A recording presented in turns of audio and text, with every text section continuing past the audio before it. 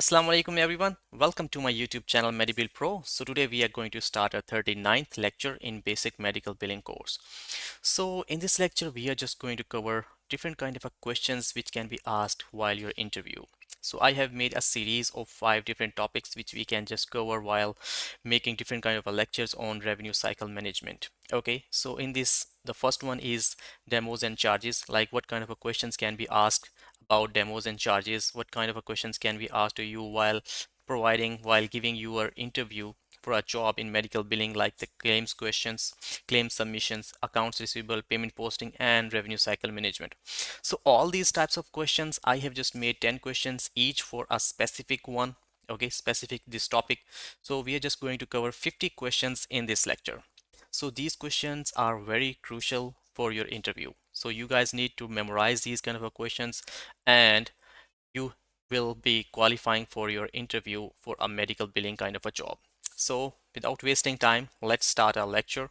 So first of all, we are just going to cover demographic questions. So what kind of a questions could be in demographic portion for you guys? Okay, so here we go. The first question is, explain the impact of accurate demographic data on claim acceptance and reimbursement. Okay, so this is the question कि हाँ भी explain करें कि हाँ भी demographic data जो आपके पास होता है उसको मीन्स क्लेम एक्सेप्टेंस के लिए और क्लेम की रिइंबर्समेंट्स के लिए क्या क्या चीज़ें उसमें ज़रूरी होती हैं, ठीक है, उसका क्या इम्पैक्ट होता है.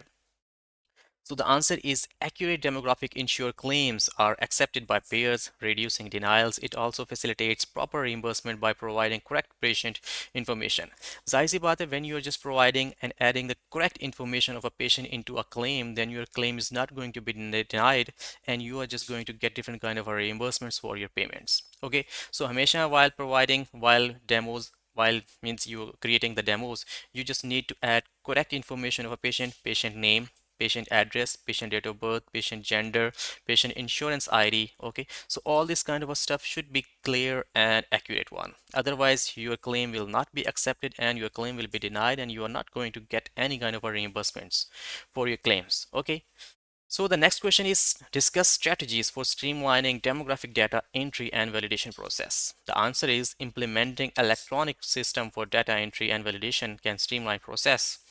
Regular updates and training ensure staff competency in accurate data. Okay, जब भी आप लोगों ने डाटा मीन्स ये है कि पेशेंट का किसी भी सॉफ्टवेयर के अंदर पुट करना है, सो इंश्योरेंस की डिफरेंट गाइडलाइंस होती हैं, डिफरेंट उनकी पॉलिसीज़ होती हैं, सो उसी हिसाब से आपको अपडेट भी रहना पड़ता है. हिपा पॉलिसीज़ होती हैं, उनके साथ भी अपडेट रहना पड़ता है. इसके अलावा जो भी सॉफ्टवेयर के अंदर जो उनकी डिफरेंट अपडेट्स होती हैं, so you have to be adhere those kind of rules and regulations and policies while entering the data into a software. Okay, so आपके जो सॉफ्टवेयर होते हैं उनके अंदर जो पेशेंट का डाटा जब आप ऐड करते हैं, so that could be a streamlining one, means you are just going to add the accurate data. Okay, so your claims can be processed in a good way and you can just create clean claims while sending to the insurances. Okay, so let's see what is the next question. How do you ensure compliance with privacy regulations, HIPAA, while handling patient demographic information? Okay, जब भी means ये है कि आप patient का जो data create कर रहे होते हैं उसके अंदर जो कंप्लाइंस होती है, आप उस पेशेंट के डाटा को कंप्लायंस कैसे करते हैं हिप्पा रूल्स के साथ, ठीक है. Health insurance portability and accountability act जो है उसके साथ आप कैसे कंप्लायंस करते हो उस डाटा को. So the answer is, we strictly adhere to the HIPAA guidelines. Means while you are just creating different kind of a patient's data, you are doing different kind of a medical billing jobs, you have to adhere to the rules and regulations and policies and the rules of HIPAA compliance. Okay, so maintaining confidentiality, yes, limiting access to authorized personnel and employing secure system to protect patient demographics. Yes, you have to secure the patient's data. You are not authorized to provide that kind of a data to anyone, but for the authorized personnel as well. Okay, so just जो authorised persons होते हैं उनको सिर्फ आप ये data provide कर सकते हैं, अदरवाइज ये है कि किसी दूसरे इंसान को आप ये डाटा शेयर नहीं कर सकते और उनके डाटा को सिक्योर रखा जाता है. रूल्स एंड रेगुलेशंस जो भी हिपा के हैं उनको आप लोग कंप्लायंस रखते हो. You are not going to provide this kind of a data, not going to share this kind of a data with any other personnel rather than the authorized one. Okay, so explain the importance of charge review process before a claim submission. Means charge review का process जो होता है, claim जाहिर सी बात है send करने से पहले हम उस क्लेम को रिव्यू करते हैं. So what kind of things are necessary, what kind of steps are necessary before sending the claims to insurance. So the answer is charge review ensure accurate coding, appropriate documentation, and compliance with the pair guidelines, reducing errors and potential claims denials. Yes, this is the basic rule that when you are just going to submit the claim to insurance, before that you need to review your charge, you need to review your claim. आप लोगों को अपने claim को review करना है कि आया कि इसके अंदर कोई प्रॉब्लम तो नहीं है, कोई एरर तो नहीं है, कोई पेशेंट के डाटा के अंदर कोई जो आईसीडी कोडिंग की गई है, सीपीडी के कोड्स लगे हुए हैं, वो कंप्लाइंट हैं कि नहीं है, इसके अलावा कोई और इंश्योरेंस की जो डिटेल्स हैं वो गलत हैं कि नहीं है, patient at that date of service active है कि नहीं है. So all such kind of things should be clear, should be accurate when, ठीक है, otherwise your claim will be denied and you are not going to get any kind of reimbursements. Hence charge review process is quite important while sending the claims to insurance before that. Okay, so हमेशा charge insurance को send करने से पहले उस claim को review करना है, उसके अंदर जितनी भी इंफॉर्मेशन प्रोवाइडेड है, you need to review that kind of information before sending the claims to insurance. Okay, next we see discuss your experience in maintaining complex charge capture scenarios or coding discrepancies. ठीक है, जब भी आप charge का capture करते हो, like charges बनाते हैं या उसके अंदर कोई मिस ये है कि डिस्क्रिपेंसीज आ जाती हैं, तो उसको आप कैसे टैकल करते हो, उसके लिए आपका क्या एक्सपीरियंस होता है. So I have experience in conducting thorough reviews, collaborating with healthcare providers to clarify discrepancies, ensuring accurate charge capture and proper coding for billing.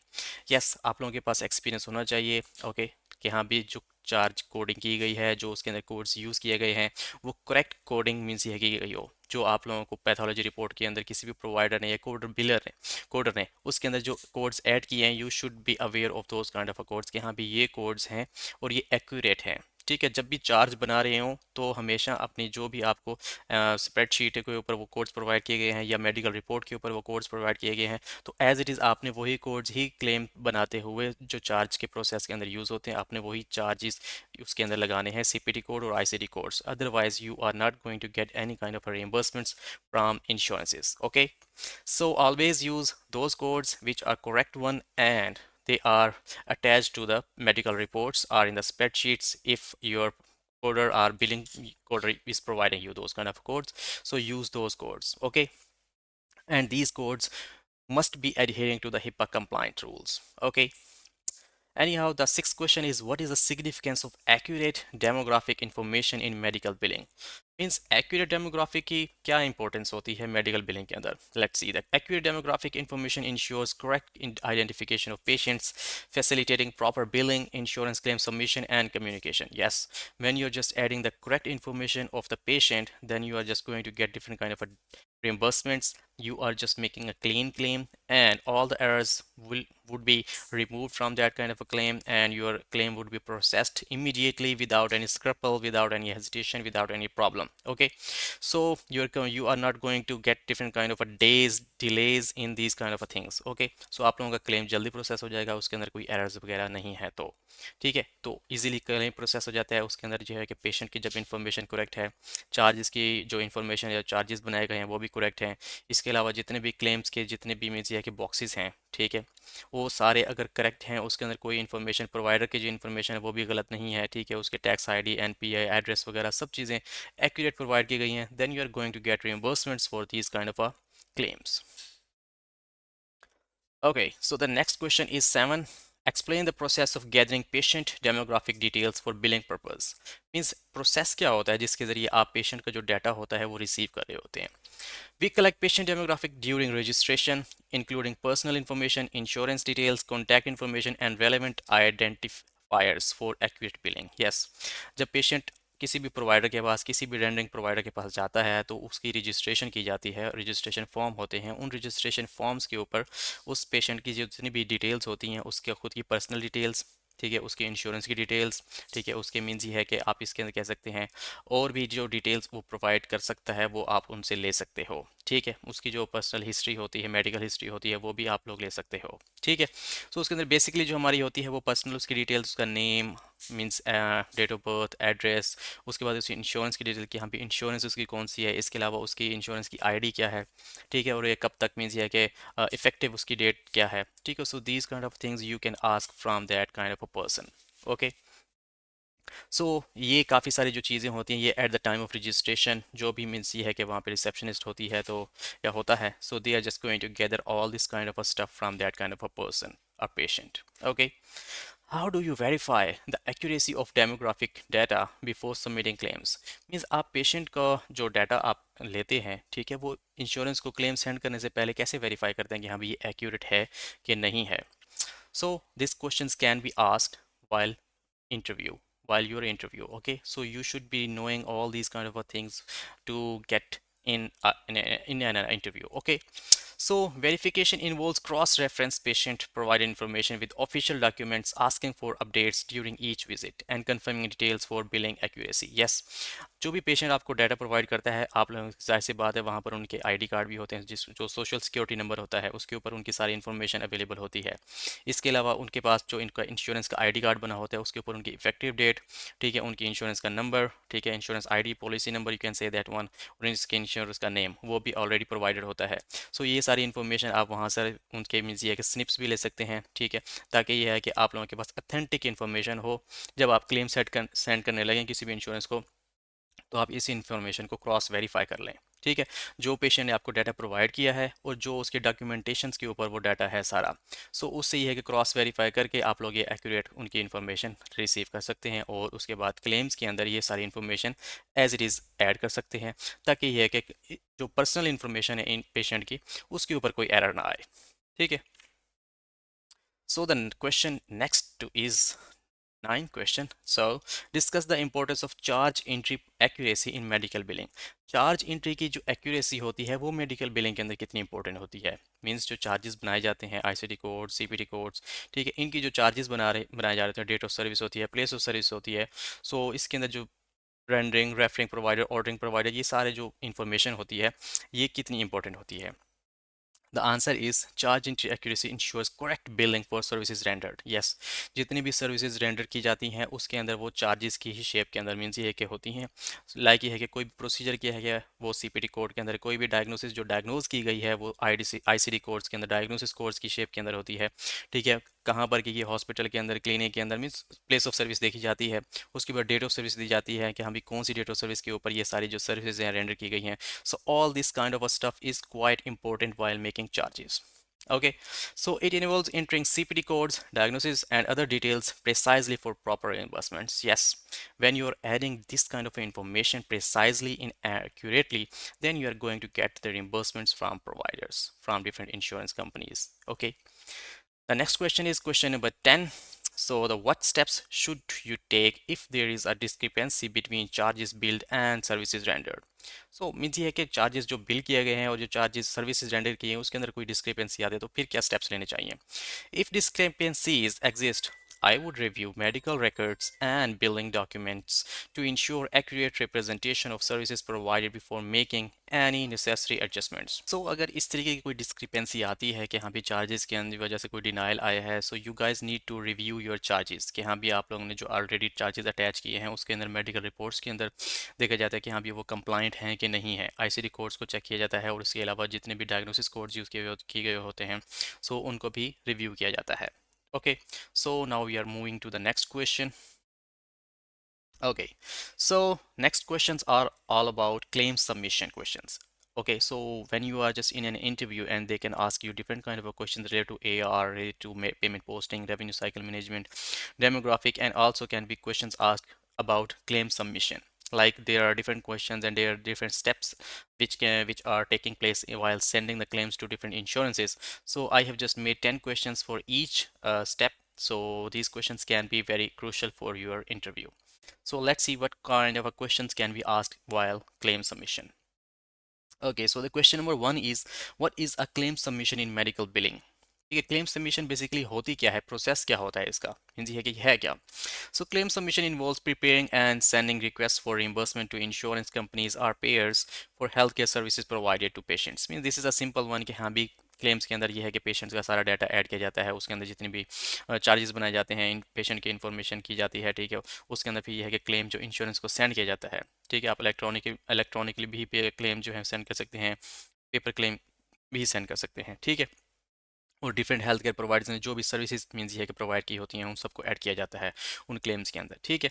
So this is a general means ये है कि scenario कि हाँ भी what is the claim process, claim submission कैसे की जाती है, ठीक है।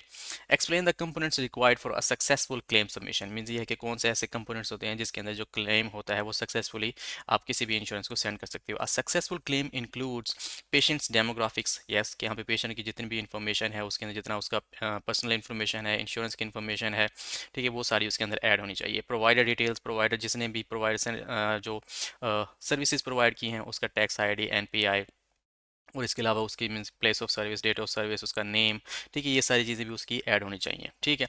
CPT, HCPCS codes, diagnosis codes and supported documentation such as medical records और ईओपीज। सो ये जितनी भी सारी इंफॉर्मेशन होती है ये उस क्लेम के अंदर ऐड होनी चाहिए to process the claim. Okay, so next one is how do you verify the completeness and accuracy of claim information before submission? ठीक है, मतलब आप कैसे वेरीफाई करोगे कि हाँ भी जो क्लेम आपने भेजा है, ठीक है, या भेजने लगे हैं वो वेरीफाइड है, वो बिल्कुल करेक्ट क्लेम है। ओके, सो इसके अंदर ये है कि I ensure completeness by cross checking all the required fields and verify accuracy by reviewing documentation to match billed services with provided care. Yes, आप लोगों ने जब भी क्लेम भेजना है उसके अंदर जितनी भी आप लोगों ने इंश्योरेंस की इन्फॉर्मेशन, पेशेंट की इन्फॉर्मेशन, चार्जेस, जो भी रिक्वायर्ड डाटा होता है वो वेरीफाई कर लेना है, ठीक है, उसको क्रॉस वेरीफाई करके फिर उसके बाद ये है कि आप लोगों ने क्लेम सेंड करना है, ताकि ये है कि जो आपका जो क्लेम है वो क्लीन क्लेम हो, उसके अंदर कोई इश्यूज वगैरह ना हो और आपको कोई डिनाइल ना आए। Okay, next one is discuss the steps you would take if a claim submission encounter errors or gets rejected. ठीक है, अगर कोई आपने क्लेम सेंड किया है, ठीक है, और वो रिजेक्ट हो गया है, then what kind of steps you are going to take, आप कौन से ऐसे स्टेप्स लेंगे जिससे ये है कि आप लोगों का जो क्लेम है वो ये है कि दोबारा करेक्ट हो जाए और आप ये है कि दोबारा उसको सेंड कर सकें, ठीक है। सो इसका आंसर है if a claim encounter errors और रिजेक्शन, मीन्स ये है कि उस इनकाउंटर के अंदर या क्लेम के अंदर कोई रिजेक्शन आती है, I would identify the issue, मतलब सबसे पहले आपने देखना है कि यहाँ पे इशू क्या आया है, कौन सी चीज़ के ऊपर इशू आया है, या एरर आया है, पेशेंट के डाटा के अंदर कोई इशू आया है कि पेशेंट की आईडी गलत है या पेशेंट इनएक्टिव है उस डेट ऑफ सर्विस के ऊपर, या आया कि कोई चार्जेस का इशू है, कोई सीपीडी के अंदर अनबंडलिंग है, या कोई मॉडिफायर का इशू है, या कोई डायग्नोसिस कोड इनकरेक्टली कोडेड है। So what kind of a problem is there actually, so सबसे पहले इशू को देखना है। रेक्टिफाई एरर, अब वो उस एरर को आपने ठीक करना है। अगर वो मेडिकल रिकॉर्ड्स रिक्वायर करें तो आप लोगों ने मेडिकल रिकॉर्ड्स अटैच करने हैं कवर लेटर के साथ। ऑब्टेनिंग मिसिंग इन्फॉर्मेशन, अगर कोई इन्फॉर्मेशन मिस है, पेशेंट की इन्फॉर्मेशन ये है कि उसका मिडिल नेम या उसके फर्स्ट नेम एंड में एलिजिबिलिटी का कोई इशू हो सकता है, सो उसको रेक्टिफाई करना है, ठीक है। इसके अलावा कोई उसकी आईडी गलत है, ठीक है, या वो उस डेट ऑफ सर्विस के ऊपर इनएक्टिव है, तो उसकी क्या मीन्स ये प्रॉपर आईडी हो सकती है, क्या कौन सी प्रॉपर उसकी इंश्योरेंस है, सो उसको रेक्टिफाई करना है and resubmit the corrected claim properly, ठीक है। उसके बाद ये है कि सारी चीज़ें करेक्ट करके आप लोगों ने क्लेम को इंश्योरेंस को सेंड कर देना है। Okay, so the fifth question is the explain the importance of timely claim submission in the revenue cycle management। सबसे जो मेन चीज़ देखी जाती है ना वो यही है कि हाँ भी एक ये है कि आप ड्रॉबैक भी कह सकते हैं कि हाँ भी उस बंदे का कि हाँ भी अगर उसने जो मेडिकल बिलिंग का बंदा है जो साइंड उसके पेयर्स हैं, अगर एक टाइमली फाइलिंग की वजह से एक क्लेम डिनाई होता है, सो ये सबसे बड़ी गलती होती है, ठीक है, मानी जाती है बेसिकली कि हाँ भी टाइमली फाइलिंग की वजह से क्लेम डिनाई हो जाए और वो ये है कि मीन्स ये है कि पड़ा रहे क्लेम इतना अर्सा, इंश्योरेंस कोई नहीं सेंड हुआ, so that is a very bad thing, ठीक है। तो मेनली ये है कि अगर कोई टाइमली फाइलिंग का डिनाई आता है, ठीक है, उसको ये है कि आप किस तरीके से देखते हैं, what is the importance of timely claim submission, और पेशेंट जो भी हम क्लेम्स बना रहे होते हैं उनको टाइमली सेंड करने की क्या अहमियत होती है। Timely submission accelerates reimbursement, delayed submissions can impact cash flow, prolong AR days and potentially lead to revenue loss. Yes, जब कोई क्लेम टाइम पे सेंड कर दिया जाता है, ठीक है, after the date of service, जैसे भी सर्विसेज रेंडर की गई हैं उसके एक दो दिन तक ये है कि क्लेम के अंदर जितनी भी सारी बनानी होती हैं चीज़ें, ठीक है, उनकी यह मीन्स ये कि पेशेंट का डाटा आ गया, क्लेम्स में है कि प्रॉपर एक क्लेम बना के वो है कि आप जल्दी से इंश्योरेंस को सेंड कर दो, क्योंकि वैसे नॉर्मली डिफरेंट इंश्योरेंस के काफ़ी टाइम होता है, 3 महीने का, 6 महीने का, कि हाँ भी date after the date of service you can send this claims to different insurance within this time, within this required time, ठीक है, काफ़ी टाइम होता है, बट ये है कि टाइमली फाइलिंग से आप लोगों का क्लेम डिनाई नहीं होना चाहिए। ओके, सो ये है कि टाइम पे जब आपका क्लेम सेंड होगा तो टाइम के ऊपर आपको रिम्बर्समेंट्स मिल जाएंगी। Okay, so the next one is discuss the impact of accurate coding on the success of claim submission, ठीक है। एक्यूरेट कोडिंग जो है मतलब ये है कि आप लोगों ने की है, ठीक है, किसी भी क्लेम के अंदर, सो उसका मीन ये है कि उसकी सक्सेस क्या होती है क्लेम सबमिशन के ऊपर। Accurate coding ensures proper claim adjudication, reducing denials and ensuring appropriate reimbursements for services rendered. Yes, जो भी सर्विसेज प्रोवाइड की गई हैं उनकी जितनी भी कोडिंग थी वो एक्यूरेट जब होती है तो आप लोगों को कोई भी एरर नहीं आता, कोई भी डिनाइल नहीं आता, और you guys are just going to get the different kind of reimbursements from different insurance companies. Okay, when a person interview person ask you that कि हाँ भी कोई भी अगर ये है कि आप लोगों ने क्लेम जो भेजा है उसके अंदर कोई भी है कि प्रॉब्लम नहीं है, एक्यूरेट, ठीक है, आप लोगों ने बिलिंग की है, सो इसके क्या रिजल्ट्स होंगे, इसकी क्या इंपॉर्टेंस होगी। So you guys can just let them know that we will just getting different kind of payments from different insurance companies because we are not going to get any kind of denials because we have just coded everything correctly in that kind of a claim and all the information in that claim is quite good and accurate one। ठीक है, जब patient claim के अंदर सारी information correct होती है, कोई भी इशू नहीं होता, तो आपको डिनाइल नहीं आएगा और उसकी रिम्बर्समेंट्स आप लोगों को रिसीव हो जाएंगे। Okay, so the next question is explain strategies you employ to optimize the claim submission process and reduce denials। Means कौन सी ऐसी स्ट्रेटजीज हैं जिससे ये है कि आप लोग जो क्लेम के अंदर जो उनके एरर्स आते हैं या डिनाइल्स आते हैं उनको भी है कि आप रेक्टिफाई कर सकते हैं। I focus on comprehensive documentation, ठीक है, जितनी भी आपके पास डॉक्यूमेंटेशन है उसको थॉरली रीड किया जाए, उसको थॉरली रीड करने के बाद फिर ये है कि आप लोग क्लेम बनाएं, ठीक है। Staying updated with pair guidelines, pair की अगर कोई गाइडलाइंस हैं कि हाँ भी हमें ये चीज़ें ये डॉक्यूमेंटेशन रिक्वायर्ड है, सो आप लोगों ने वो भी साथ में अटैच करनी है। Conducting regular audits and addressing any coding और बिलिंग एरर्स प्रॉम्प्टली, अगर कोई भी बिलिंग के अंदर एरर्स आ रहे हैं, कोई भी ये है कि आप लोगों की ऑडिट के अंदर इश्यूज हैं, so you guys the providers should remove all kind of such things promptly to get reimbursements।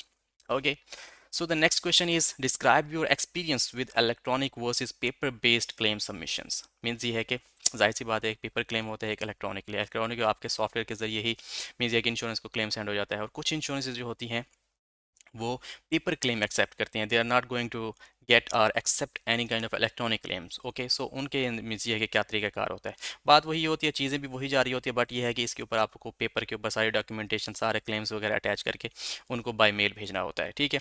बाकी है कि most of the time insurance जितनी भी हैं वो मोस्टली वो इलेक्ट्रॉनिक क्लेम्स ही एक्सेप्ट करती हैं और इलेक्ट्रॉनिकली ही प्रोसेस करती हैं। Electronic claim submission expedite the process, reduce errors, and often quicker responses. However, I am also proficient in handling paper-based submissions when required. Yes, आप लोगों को जाहिर सी बात है सिंपल प्रोसेस होता है उसके अंदर इलेक्ट्रॉनिक क्लेम सबमिशन का। अगर ये है कि कोई आपसे पूछे इंटरव्यू का बंदा कि हाँ भी आप पेपर क्लेम भी कर सकते हैं, so same as it is वैसे ही होते हैं, उसके अंदर भी वही इन्फॉर्मेशन एडिड होती है जो कि एक इलेक्ट्रॉनिक क्लेम के अंदर होती है। उसके अंदर वही कवर लेटर हो गया, ठीक है, आपकी जो फैसिलिटी है या जिस क्लाइंट के लिए आप काम कर रहे हो। ओके, इसके अलावा ये है कि फिर सारी वो जो चीज़ें होती हैं उसके अंदर पेशेंट का डाटा हो गया, ठीक है, उसके डेमोग्राफिक आगे आ जाती है, उसके बाद जो चार्जेस बनाए गए होते हैं, ICD कोड्स लगाए गए होते हैं, वो सारी चीज़ें आ जाती हैं, ठीक है। So this kind of a question can be added into there. So let's see next. Okay, so next question is how do you handle claims requiring additional documentation or follow up during the submission process। ठीक है, means आप handle कैसे करते हो जब claims requiring additional documentation उसके अंदर require कर रहे होते हैं, ठीक है, या फॉलो अप कैसे जो फॉलो अप का जो प्रोसेस होता है उसको आप कैसे हैंडल करते हो जब भी कोई आप इससे इस तरीके का क्वेश्चन पूछे कि हाँ भी आप जो जब भी कोई पेशेंट है जो इंश्योरेंस की तरफ से कोई डिनायल आ जाता है कि हाँ भी आप लोगों ने ये हमें डॉक्यूमेंटेशन प्रोवाइड करनी है, एडिशनल मेडिकल रिकॉर्ड्स प्रोवाइड करने हैं, then how you are going to handle that kind of a thing. और उसके ऊपर आप फिर फॉलो अप कैसे करते हो कि हाँ भी उसके ऊपर फॉलो अप करने के लिए क्या तरीकाकार होता है, आप कितने दिन बाद उनसे बात करते हो कि हाँ भी इसका क्या स्टेटस है। सो ये तरीकाकार आपने बेसिकली उनको बताना होता है। सो the answer is I promptly gather necessary documentation, communicate effectively with providers or payers, and follow up to ensure the requested information is submitted for a claim adjudication। जाहिर सी बात है when you are sending a claim and the insurance asks you or requires documentation, then you are going to send all those required documentations, ठीक है। उनको waiver of liability some insurance को required होता है, उसके अलावा क्या कहते हैं EOB किसी को रिक्वायर होती है, मेडिकल रिकॉर्ड्स वो रिक्वायर करते हैं कि हाँ भी जितने भी रिक्वेजिशन फॉर्म्स हैं, मेडिकल रिकॉर्ड्स हैं, you are just going to send all those kind of documentations to insurance companies, ठीक है। उसके बाद ये है कि आप लोग जब उनको सेंड कर देते हो फिर ये है कि आप लोगों का जो क्लेम होता है वो प्रोसेस हो जाता है और आपको रिम्बर्समेंट इजीली रिसीव हो जाती है। Okay, so the next one is discuss the importance of compliance with pair policies and regulations during claim submissions. ठीक है, क्या इंपॉर्टेंस होती है पेयर की कंप्लायंस मीन्स ये है कि जितनी भी पेयर की डिफरेंट पॉलिसीज़ होती हैं, उनके रूल्स एंड रेगुलेशंस होते हैं क्लेम सबमिशन के दौरान, ठीक है, वो क्या क्या आप लोगों से पूछ सकते हैं कि हाँ भी क्लेम जब आप लोग सेंड करें तो उसके अंदर ये चीज़ें ऐड होनी चाहिए, ठीक है, क्या क्या उनके रूल्स हैं, क्या क्या रेगुलेशंस हैं।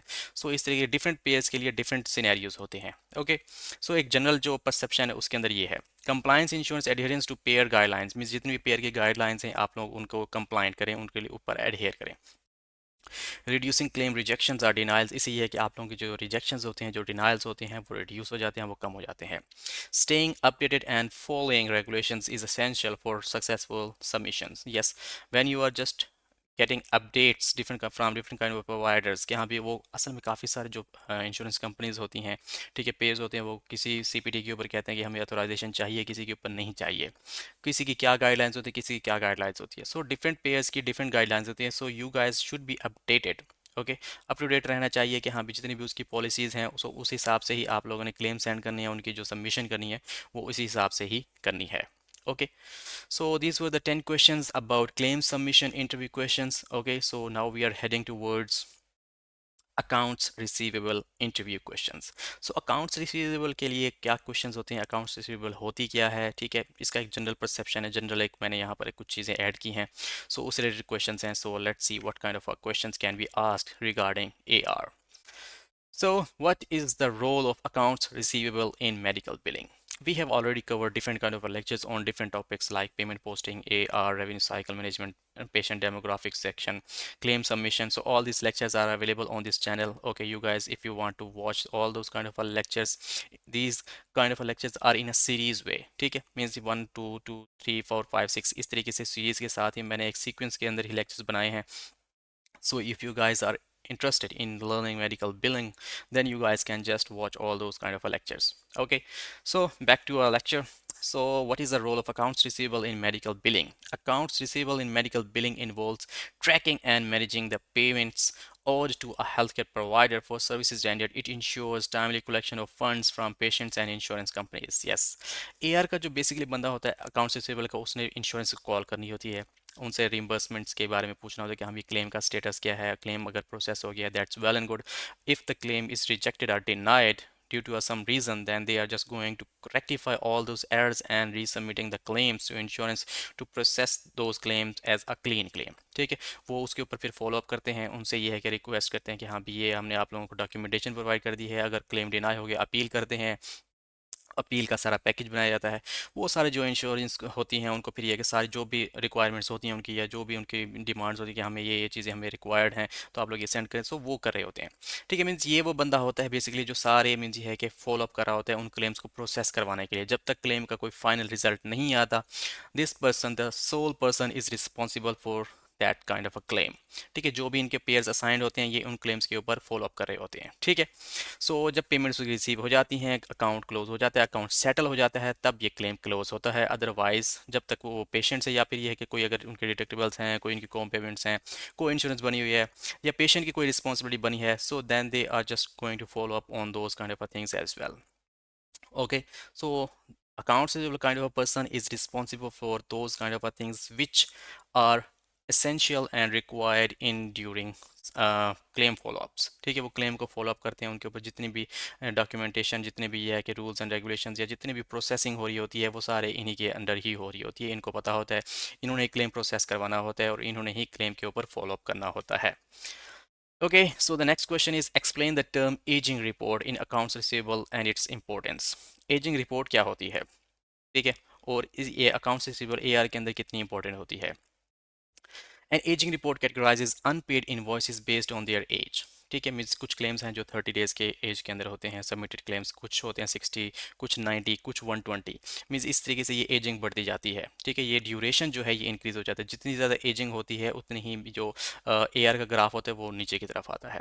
सो कोशिश ये करनी चाहिए कि विद इन 30 डेज जो है आप लोगों का क्लेम्स जो है वो प्रोसेस हो जाए, उसकी पेमेंट्स आ जाएँ और ये बिल्कुल सेटल हो जाए। Okay, it helps identify overdue accounts, allowing to us to prioritize follow-ups and collection for quicker resolution। ठीक है, इसमें फिर उन क्लेम्स के ऊपर सबसे पहले काम किया जाता है जो आउटस्टैंडिंग होते हैं, जो इनके ऊपर काफ़ी दिन हो गए होते हैं और उनके ऊपर कोई काम नहीं हुआ, या ये है कि वो अभी तक अनपेड क्लेम्स हैं। सो उनके रेजोल्यूशंस देखे जाते हैं कि हाँ भी ये है कि जो इनकी एजिंग है, ठीक है, जो ड्यूरेशन है वो इंक्रीज़ ना हो। विद इन टाइमली ये है कि फाइलिंग हो, टाइमली वो है कि प्रोसेस क्लेम्स जो है प्रोसेस में, अगर कोई अपील की है उसका स्टेटस लें, ये है कि कोई भी जो रेजोल्यूशन या सोल्यूशन उसका बनता है वो विद इन टाइम वो ले लिया जाए और उस क्लेम को सेटल किया जाए। Okay, so this is quite important. What is the ageing report, ठीक है, यही एजिंग रिपोर्ट होती है। इसके अंदर ये सारे वो सारे क्लेम्स देखे जाते हैं, वो सारी चीज़ें देखी जाती हैं। Okay, so next we see it's how do you handle denied claims impacting accounts receivable। ठीक है, जब भी आप मुझे एक डिनाइड क्लेम्स आप लोगों के पास आते हैं, ठीक है, एआर के बंदे के पास, तो उसको हम कैसे टैकल करते हैं। When dealing with denied claims, I review the reason of denial, rectify any error, resubmit then with the necessary documentation and follow up to ensure timely resolution। ठीक है, जब भी कोई डिनाइल आया, डिनाइल को रेक्टिफाई करना है, डिनाइल को पहले आइडेंटिफाई करना है कि हाँ भी डिनाइल किस रीज़न की वजह से आया है। उसके बाद उस रीज़न को रेक्टिफाई करना है, रेक्टिफाई करने के बाद वो क्लेम जो है रिसबमिट करना है। उसके बाद यह है कि जो आप लोगों का क्लेम है वो रिसबमिट हो जाता है और क्लेम प्रोसेस भी हो जाता है after rectifying the error which is already denied from an insurance company. Okay, so discuss the steps involved in posting payments to patient accounts accurately। Patient के अकाउंट के अंदर जो स्टेप्स होते हैं कि जिसके ज़रिए पेशेंट के जो अकाउंट के अंदर पेमेंट पोस्ट की जाती है, वो क्या स्टेप्स होते हैं। I verify payment details from EOBs or ERAs, explanation of benefits, electronic remittance advice। ठीक है, cross check them against billed amounts, जितनी बिल की गई है और जितनी आप लोगों को अमाउंट रिसीव हुई है उसको आप क्रॉस वेरीफाई करते हो। And accurately apply payments to ensure patient accounts reflect the correct balances. और उसके बाद जो पेमेंट पोस्टर होता है उसकी एक अलग जाहिर सी बात है, क्राइटेरिया अलग स्टेप है, वो पेमेंट्स पोस्ट कर रहे होते हैं। फिर उसके बाद आप लोगों ने चेक करना होता है कि हाँ भी आया कि जितनी पेमेंट हमें ERA पे आई है, जितने उसके अंदर कोई पेशेंट रिस्पॉन्सिबिलिटी है एज एन को इंश्योरेंस को डिडक्टिबल्स या कुछ और तरीके से, ठीक है, तो वो देखने के हाँ भी वो बने हुए हैं कि नहीं बने हुए हैं। इन दोनों चीज़ों को क्रॉस वेरीफाई करना होता है, ठीक है, फ्रॉम द EOB और ERA। Okay, okay, so let's see what we have next. Okay, now we are going to question number 5. How would you handle a situation where a patient disputes a billed amount? Like जब एक patient कहे कि हाँ भी ये जो मुझे build amount बताई गई है या बिल्ड अमाउंट जो मुझे बिल आया है वो मुझे ठीक नहीं लग रहा, मतलब ये बहुत ज़्यादा चार्जेस यूज़ किए गए हैं, तो फिर उस सिचुएशन में आप लोग क्या करेंगे। सो let's C, in the event of patient dispute I would listen attentively, review the billing details, explain the charges clearly and work towards finding a mutually acceptable resolution. ठीक है, अच्छा करना यह है कि उस पेशेंट के जो भी मीन्स ये है कि कंसर्न हो, you are just going to hear that kind of a concerns very clearly. Means पूछ लें कि हाँ भी ये सर्विसेज हुई थी, और फिर उसको ना क्लियरली आप लोगों ने उसका अकाउंट ओपन करना है, उसके अंदर जितने भी चार्जेस बिल्ड किए गए हैं, जो प्रोवाइडर था, जिस फैसिलिटी से आपको वो क्लेम आया है, ठीक है, सो मीन्स जिस फैसिलिटी ने वो सर्विसेज प्रोवाइड की हैं, ठीक है, जिस इंश्योरेंस को गया है, इंश्योरेंस ने जितनी पेमेंट्स की हैं, पेमेंट्स जो पेंडिंग हैं, या उसको बता दें कि हाँ भी आप लोगों ने डिडक्टिबल्स पे नहीं किए या आप लोगों की को इंश्योरेंस बनाई गई है। सो ये सारी चीज़ें ये है कि उनको ईजिली और क्लियरली उनको समझा देनी है, क्योंकि पेशेंट्स को नहीं आइडिया होता कि हाँ भी इस सर्विस का कितना बिल था, इस सर्विस के कितने मीन्स ये है कि चार्जेस बनाए गए हैं, क्या सिचुएशन है, क्या मीन्स ये है कि उसकी हिरारकी होती है। So you are just going to provide all kind of a stuff, all kind of information clearly to that kind of a patient। ठीक है, उसको clearly ये सारी चीज़ें उनको बता देनी है, समझा देनी है। Okay, so next is explain the significance of aging buckets in accounts receivable management। Means significance, importance, what is the importance of aging buckets? Aging buckets segment accounts based on the duration of outstanding balances. They help identify overdue accounts, allowing focused efforts for timely collections and reducing aging। जो ageing buckets होती हैं उसके अंदर बहुत सारे claims होते हैं, means वो क्लेम्स जिनकी ये है कि एजिंग बहुत ज़्यादा हो चुकी है, जो ड्यूरेशन काफ़ी ज़्यादा हो चुकी है, बट वो अभी पेंडिंग होती हैं, उनकी जो पेमेंट्स होती हैं वो ओवरड्यू होती हैं, आउटस्टैंडिंग उनके ऊपर बैलेंसेस होते हैं। सो इससे ये है कि आप लोगों को पता लग जाता है, जो एयर पर्सनल होता है उसको पता होता है कि हाँ भी मैंने सबसे पहले इनके ऊपर काम करना है, I need to work on these kind of a claims first, so then I can just work on the other claims. Okay, so ये है कि वो प्राइम इंपॉर्टेंस के क्लेम्स होते हैं, ताकि यह है कि उनकी एजिंग ना बढ़े और जो एआर का ग्राफ है वो स्मूथ रहे और अपग्रेड रहे, ग्रो करता रहे, ना कि यह है कि डाउनफॉल हो उसके अंदर। Okay, next we see, describe your approach to managing unapplied payments और credits in the accounts receivable. ऐसी पेमेंट्स जो अनअप्लाइड पड़ी हों या फिर क्रेडिट हो जाएं तो फिर उनका क्या सिचुएशन होती है। सो इसका आपने अप्रोच बतानी है कि हम what kind of approach you are just going to get. Okay, so I reconcile unapplied payments with outstanding balances, correct any discrepancies, and ensure accurate collect allocation to respective patient accounts for proper accounting। ठीक है, patients जितनी भी आपकी अनअप्लाइड हैं उनको आपने reconcile करना है, ठीक है, उनको रिकंसाइल किसी के साथ करना है, आउटस्टैंडिंग जो बैलेंसेस हैं, ठीक है, उनके साथ रिकंसाइल करना है, ताकि यह है कि जो आप लोगों को पेशेंट्स के अकाउंट्स थे उनके यह है कि उनके रिस्पेक्टिव अकाउंट्स के अंदर उनकी पेमेंट्स ऐड कर देनी चाहिए, ताकि यह है कि जो आपकी अनअप्लाइड पेमेंट्स हैं वो अप्लाइड हो जाएं। ओके, बेसिकली ये काम होता है पेमेंट पोस्टर का। That kind of a person is responsible, but you should aware all this kind of a scenario as well as a being AR personnel, because you should know that what kind of a things are going on in the revenue cycle management. You should be aware all kind of a steps. Okay, if you are have an expertise in one step, but you should be aware that what is the main purpose and what are the different steps which are being processed in this revenue cycle management. Okay, सो करना यही है कि हाँ भी जितनी भी अनअप्लाइड payments हैं उनको रिकंसाइल करना है विद आउट बैलेंसेज, आउटस्टैंडिंग जो बैलेंसेज हैं उनके ये है कि जो पेमेंट्स रिस्पेक्टिव अकाउंट्स के अंदर ऐड करनी है उन पेमेंट्स को अप्लाई कर देना है। बाकी जो बच जाते हैं उनको फिर देखना है कि एज आप क्रेडिट रख सकते हैं कि हाँ भी अगर कोई फ्यूचर के अंदर वो उस तरीके की कुछ सर्विसेज रिसीव होती हैं तो ये है कि वो कर दें, या फिर ये है कि उनको रिफंड कर दें। ठीक है, अगर कोई ज़्यादा बैलेंस ओवर पेमेंट समटाइम्स हो जाती हैं तो। Okay, next we see how do changes in healthcare regulations or payer policies impact accounts receivable management. Means कुछ ऐसी जो पॉलिसीज होती हैं, कुछ ऐसी जो चेंजेस होती हैं वो क्या इम्पैक्ट करती हैं अकाउंट्स रिसीवेबल को, AR को। ठीक है, question is that, and the answer is changes in regulations or payer policies can affect reimbursement rates or coding requirements, necessitating updates in billing practices to ensure compliance and optimize revenue cycle. Okay, so काफ़ी सारी जो policies होती हैं, updates होती हैं, उसके अंदर काफ़ी सारे जो पेयर की पॉलिसीज़ चेंज हो रही होती हैं, उससे ये है कि आप लोगों के जो रिम्बर्समेंट के रेट्स होते हैं वो अफेक्ट होते हैं। Sometimes they are just saying that we are not going to cover these kind of benefits for this particular patient और for this any kind of services.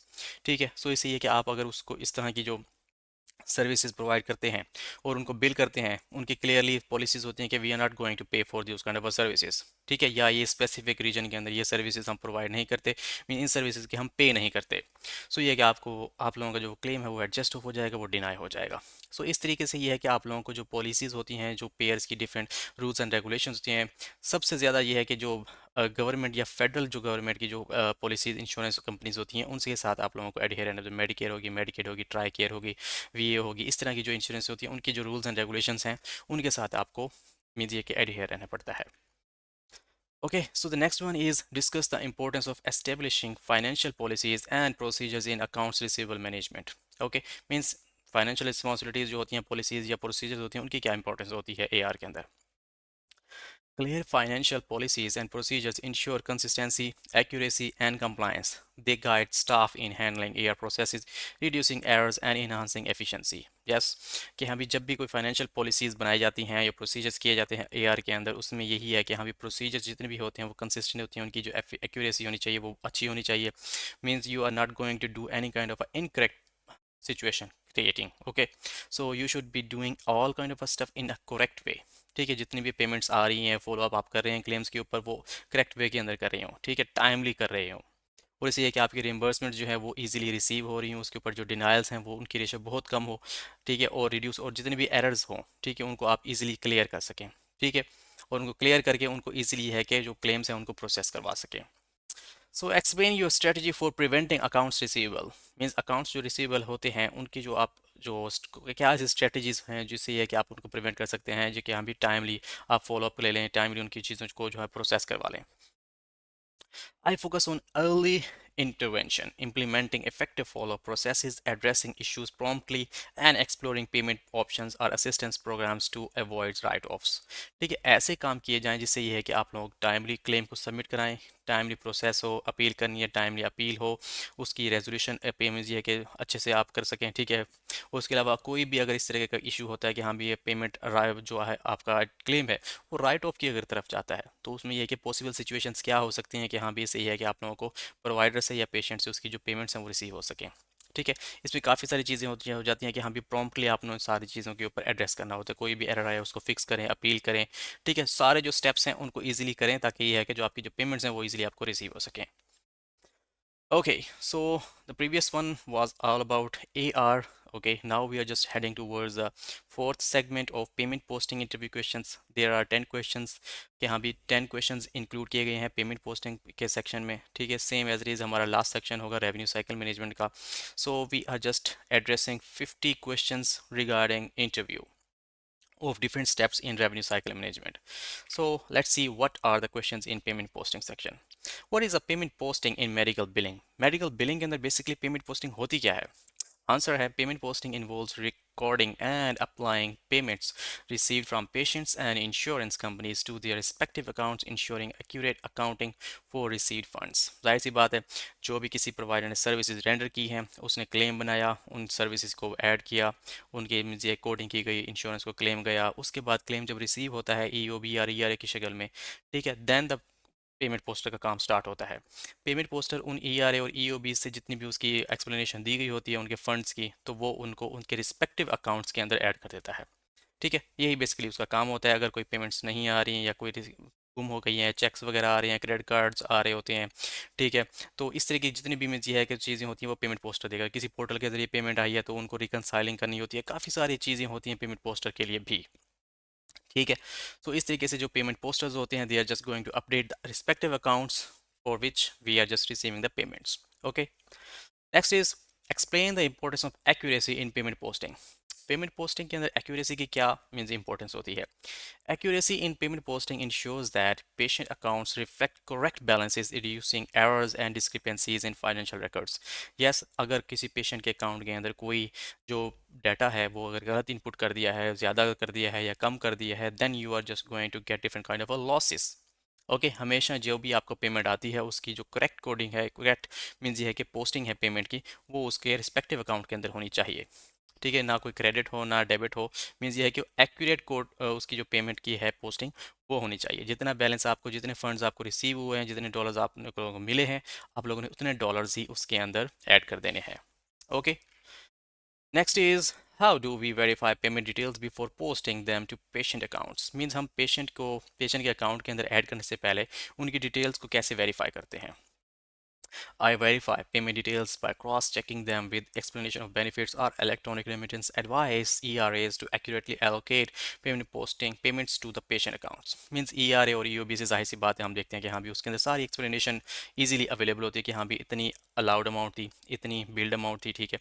उसके बाद ये है कि पेशेंट इतनी अलाउड अमाउंट बनाई है, उतनी उसने पेड किए हैं, इतने उनके ये है कि रिस्पॉन्सिबिलिटी पेशेंट की रिस्पॉन्सिबिलिटी हो सकती है बनाई है, डिडक्टिबल्स को, इंश्योरेंस को, पेमेंट्स। सो इस तरह की जो सारी चीज़ें होती हैं वो सारी वहाँ पर ऐड होती हैं। कोई सिक्वेस्ट्रेशन है तो वो भी वहाँ से आप लोगों को ईजिली वहाँ पर ई आर ए और ई ओ बी के अंदर दिख जाती है। सो इनको क्रॉस वेरीफाई किया जाता है। उसके बाद यह है कि जो पेमेंट पोस्टर होता है वो उनके अकाउंट्स के अंदर, रिस्पेक्टिव अकाउंट्स के अंदर ईजिली ऐड कर देता है। Okay, so what steps would you take to handle a scenario where there is a payment discrepancy in a patient's account? अगर पेशेंट के अकाउंट के अंदर कोई डिस्क्रिपेंसी आती है, कोई मिस तजाद आता है कि हाँ भी ज़्यादा पेमेंट हो गई है या कम पेमेंट हो गया, तो फिर क्या करते हैं? सो तब आप लोगों ने क्या करना है? आंसर आप कर सकते हैं, in case of payment discrepancy I would review payment records, investigate the issues, rectify any errors and update the patients accounts accordingly. ठीक है, मैं देखूंगा कि हाँ भी क्या मसला है, पेशेंट के अकाउंट के अंदर पेमेंट ज़्यादा हो गई है या अभी तक इंश्योरेंस की तरफ से पेमेंट आ गई है और हमें नहीं मिली। तो यह है कि अगर पेमेंट आ गई है और हमें अभी तक नहीं मिली तो फिर ये है कि उनसे ईओबी मंगवा सकते हैं। ईओबी को देखने के बाद ये है कि हम क्या कर सकते हैं कि हाँ भी उनकी जो चेक के ज़रिए पेमेंट आई है तो चेक नंबर वेरीफाई करेंगे, पेमेंट वेरीफाई करेंगे, उसके बाद ये कि पेशेंट के अकाउंट के अंदर वो चीज़ ऐड कर दी जाती है।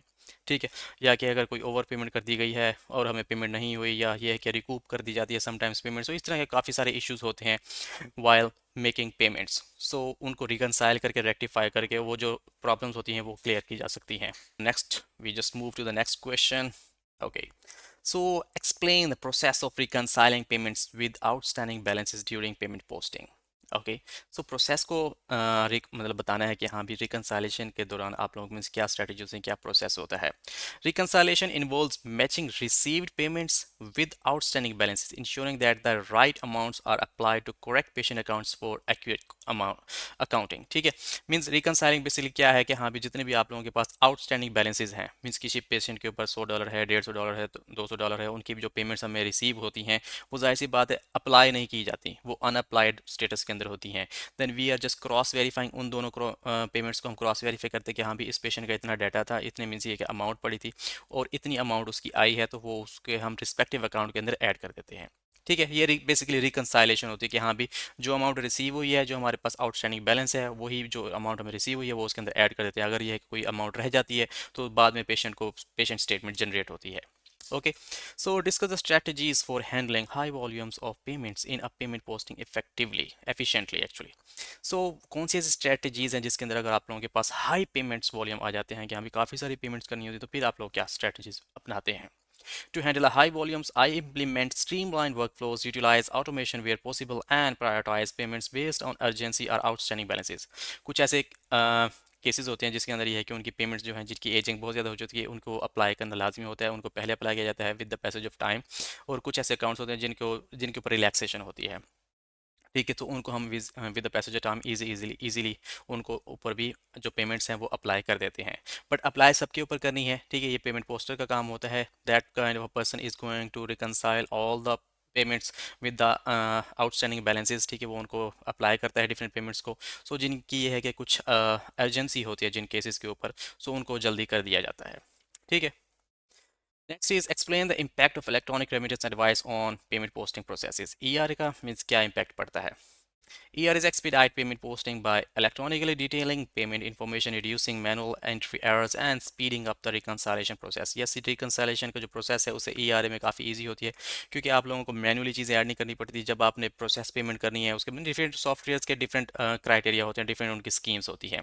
But most of the time जब ERA आती है तो वो इलेक्ट्रॉनिक प्रोसेस होती है। आप लोगों ने जस्ट ये है कि उसके अंदर थोड़ी बहुत चेंजेस करनी होती हैं, उसके बाद ये है कि पेमेंट उसके पेशेंट के रिस्पेक्टिव अकाउंट के अंदर प्रोसेस हो जाती है मैं इलेक्ट्रॉनिकली ही।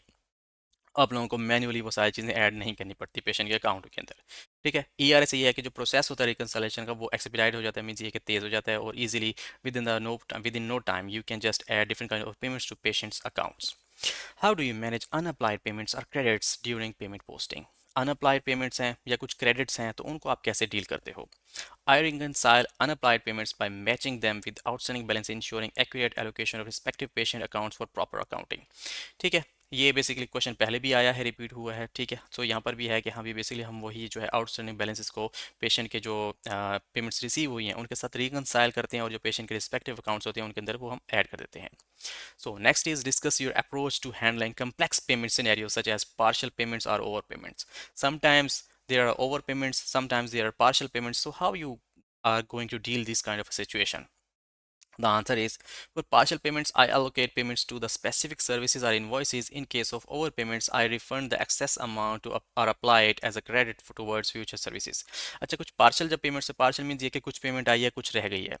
जब कुछ पेमेंट आ जाती है तो उसको रिस्पेक्टिव अकाउंट के अंदर ऐड कर दिया जाता है और जो रह जाती है उसकी जो है कि बाद में पेशेंट स्टेटमेंट जनरेट हो जाती है, ठीक है, कि हाँ भी ये पेमेंट रह गई है, जितनी आई थी। सपोज $200 पेंडिंग था, $100 आए हैं, $100 रह गए हैं, तो $100 जो है उसके वो अप्लाई कर दिए जाएंगे। जो $100 हैं that will be generated as a next bill, ठीक है, वो नेक्स्ट बिल के अंदर जनरेट हो जाएंगे और वो पेशेंट को बिल हो जाएगा, फिर वो दोबारा अपनी जो पेंडिंग पेमेंट है वो पे कर सकता है।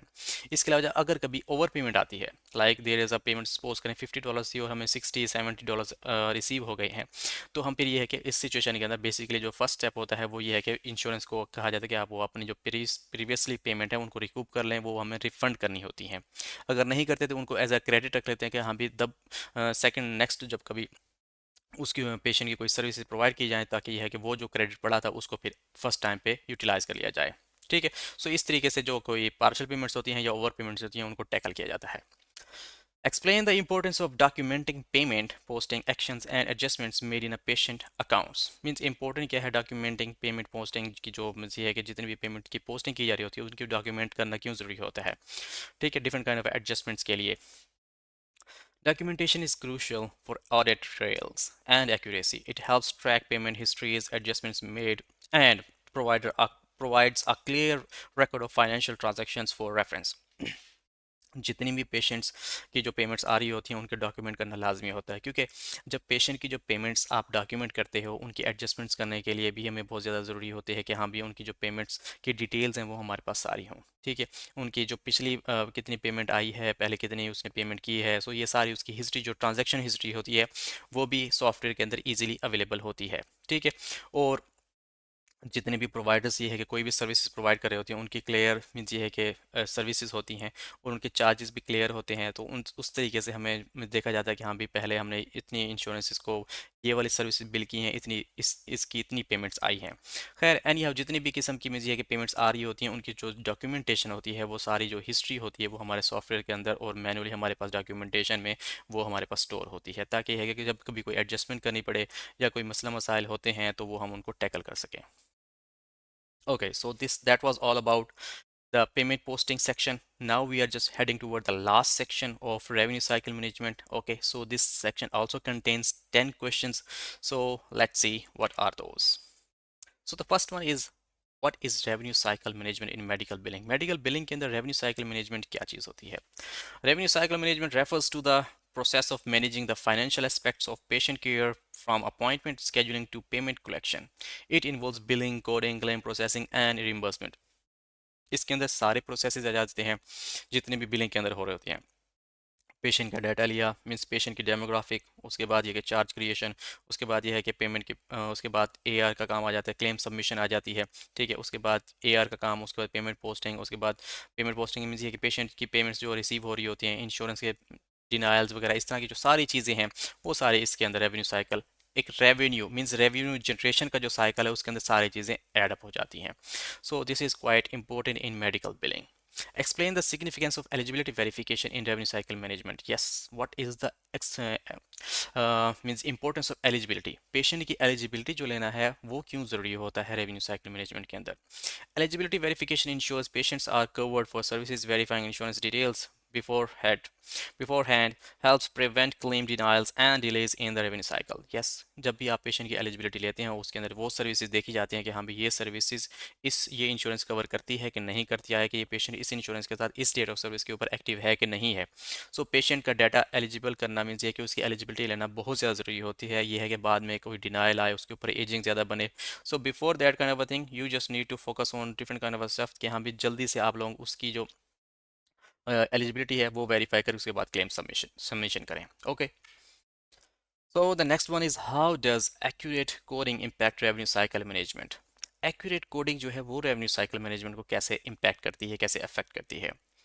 Accurate coding ensures that services are properly documented and billed. It reduces claim denials and accelerates payment posting, payment processing, optimizing the revenue cycle management. Yes, जब कोडिंग ही एक्यूरेट होगी, मींस प्रोसीजर कोड जितने भी किए गए हैं उनके correct coding की गई है, डायग्नोसिस कोड जितने भी थे उनकी जो कोड लगाए गए हैं, ठीक है, जो भी डायग्नोस किया गया था उसके जो कोड्स यूज़ किए गए हैं वो भी करेक्ट हैं, देन कोई चीज़ भी फिर इस तरीके के जब पेशेंट का डाटा भी अच्छे से मींस उसके अंदर एक्यूरेट ऐड होगा, एलिजिबिलिटी वेरीफाइड होगी, ठीक है, और क्लेम भी जो बनाया गया है उसके अंदर जो प्रोवाइडर की इन्फॉर्मेशन है वो भी सारी ऐड की कर दी गई हैं।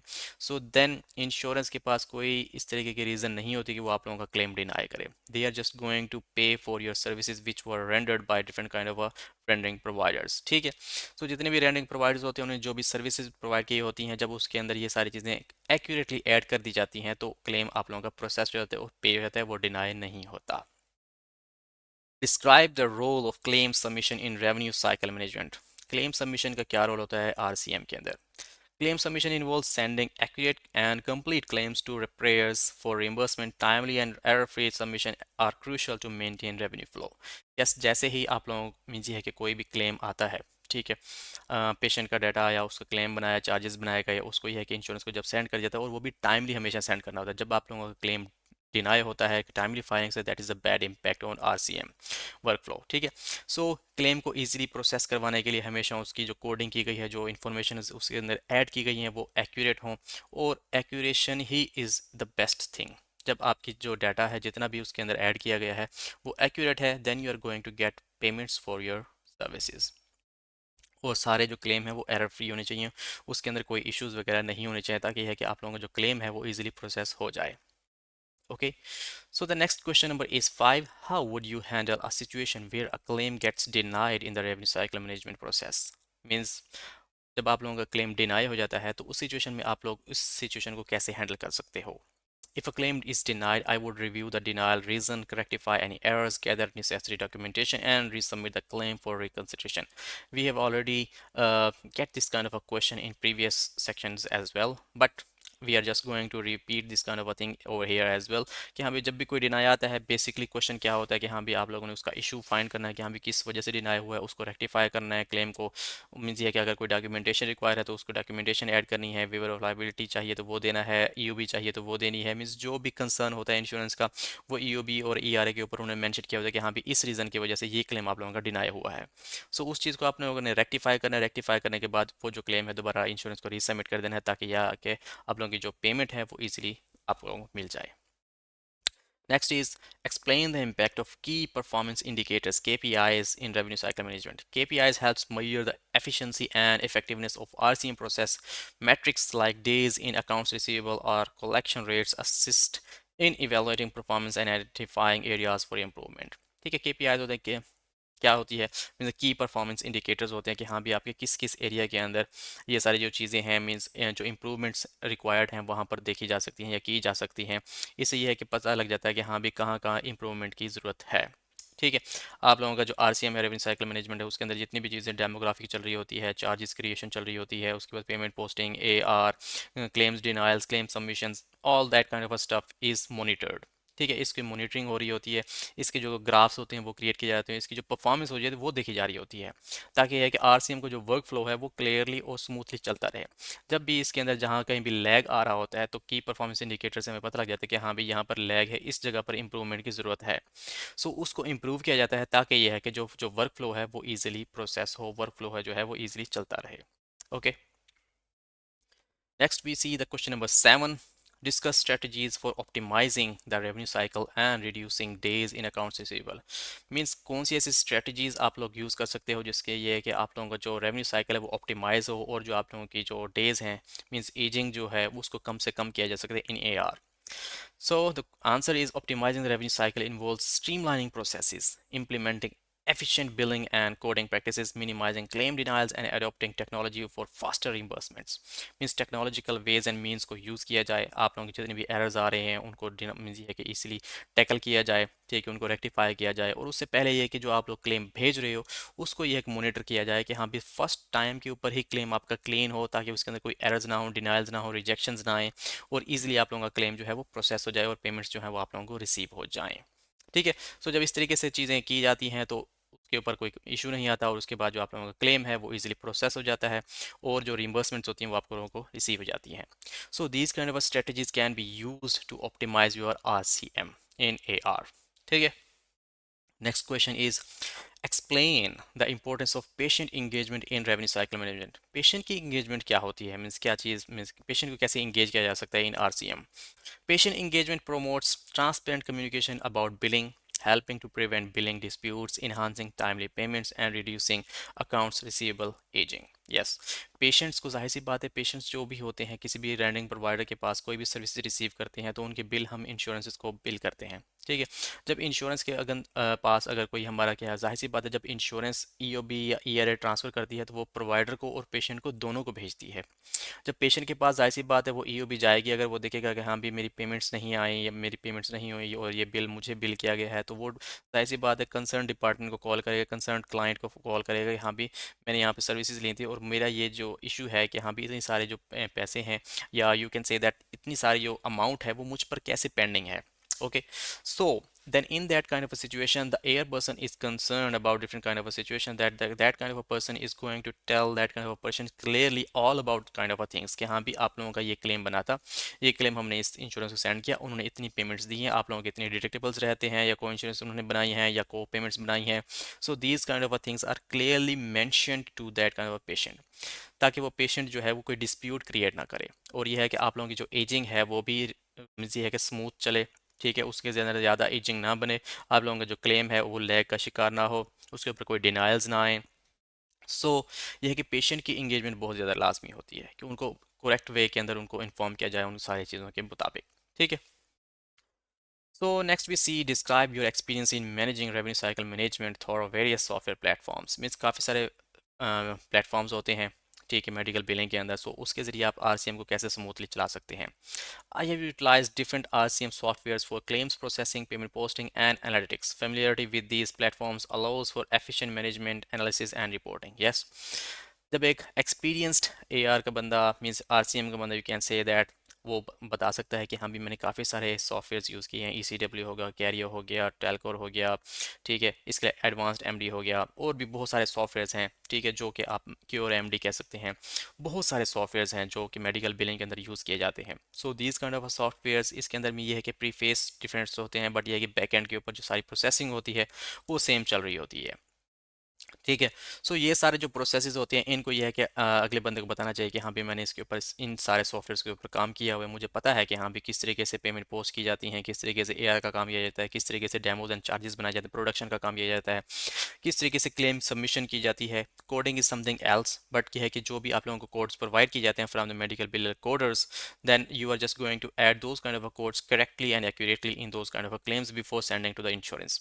ओके, सो ये सारी जो सिचुएशन है, ये आप लोगों ने क्लियर अगले बंदे को बता देनी होती है कि हाँ भाई इस तरीके से मैंने फेमिलियरिटी भी है मेरी इन सब चीज़ों के साथ, और मुझे ये सारी चीज़ें आती भी हैं। Okay, the last question is discuss the impact of regulatory changes HIPAA ICD-10 updates on revenue cycle management. Means HIPAA की जो अपडेट्स होती हैं उसका क्या कहते हैं RCM के ऊपर क्या इफेक्ट होता है। Regulatory changes impact coding requirements, data security, and documentation standards. Staying updated and ensuring compliance is crucial to avoid penalties and revenue interruptions. Yes, आप लोगों की जितनी भी आप लोग कोडिंग कर रहे हैं, ठीक है, जितने भी ये है कि सीपी प्रोसीजर कोड्स ऐड हो रहे हैं या डायग्नोसिस कोड्स ऐड हो रहे हैं, सो उसकी जितने भी रूल्स एंड रेगुलेशंस हैं हिपा के, वो ये है कि आप लोग सारी जो चीज़ें हैं वो सिक्योर रखते हैं, कॉन्फिडेंशियल रखते हैं। किसी भी पेशेंट का कोई भी डाटा आप किसी के साथ अनऑथराइज पर्सन के साथ शेयर नहीं कर सकते। You are not going to share any kind of a data of the patient with an unauthorized person. Rather than you are known, you know that this I am just sharing this kind of a data with that kind of a person that I knows means आप insurance company के साथ share कर सकते हो, ठीक है, कि ये कंसर्न बंदा है या कि जो खुद पेशेंट किसी ने पूछा है कि हाँ भी मुझे ये मेरी डिटेल्स बताई जाएं, तो उसके साथ शेयर कर सकते हैं। बट किसी अननोन बंदे के साथ you are not going to share any kind of a data with any other person that is unauthorized, unfamiliar. Okay, so always use the protocols and standards of HIPAA rules, Health Insurance and Portability and Accountability Act. Okay, if you are not going to adhere these kind of rules, then your license would be cancelled, आपका license cancel हो सकता है, ठीक है। आप लोगों के ये है कि काफ़ी सारे जो प्रॉब्लम्स हैं वो क्रिएट हो सकते हैं देन। सो हमेशा डाटा की सिक्योरिटी के लिए काफ़ी सारे तरीक़ेकार भी यूज़ किए जाते हैं। I have already made different kind of lectures on HIPAA compliant. Okay, so these are also available on my YouTube channel. Okay, so these were the 50 questions regarding different kind of things like demographic, claim submission, payment posting, AR, and revenue cycle management. So thank you so much once again watching me on this YouTube channel. If you guys have any kind of a questions, queries, concerns, then you guys can let me know. You guys can comment on this video. I'll get back to you soon as possible. Okay, so inshallah we'll meet in the next lecture with different kind of a stuff on medical billing. Till then, take care of yourself and of your family. Allah Hafiz.